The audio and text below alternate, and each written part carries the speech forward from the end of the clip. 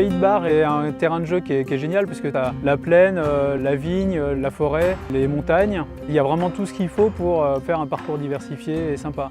J'aime bien courir dans les vignes parce que déjà il y a l'apprentissage au fur et à mesure des saisons de voir l'évolution de la vigne, de voir tout ce qui peut s'y passer. Même si l'Alsace est vraiment une mosaïque de terrains très différents, la voir en un concentré sur une surface relativement faible et une différence entre vignes de plaine, vignes de coteaux et vignes de montagne, eh ben, ça permet d'avoir des expressions de vin qui sont très différentes.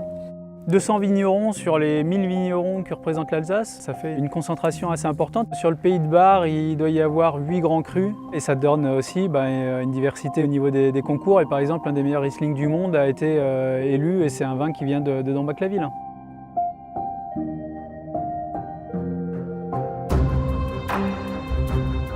Céline, elle fait partie des divines d'Alsace, c'est génial parce qu'elle est au pied du Vinzenberg. Dans les vins que j'ai pu goûter avec elle, le Riesling Grand Cru Vinzenberg il était droit, sec, super chouette. Et son Pinot Gris, elle l'a exprimé de la même façon, vraiment sec, qui va être très bien en gastronomie. Et puis à la fin, un Gewürztraminer très aromatique, bien équilibré, bien balancé, parce qu'on a une belle finale quand même assez acide. C'est quelque chose de génial. Ce qu'on observe de plus en plus chez les vignerons dans le Pays de Bar, c'est vraiment un travail du sol. C'est vraiment bien de pouvoir rallier l'attraction animale, le côté respect du végétal. Les racines vont plonger plus profondément dans le sol. Ça va exprimer dans les vins beaucoup plus de terroir et beaucoup plus de personnalité parce qu'il y a un travail attentionné du vigneron ou de la vigneronne dans ces vignes. C'est des vins qui vibrent.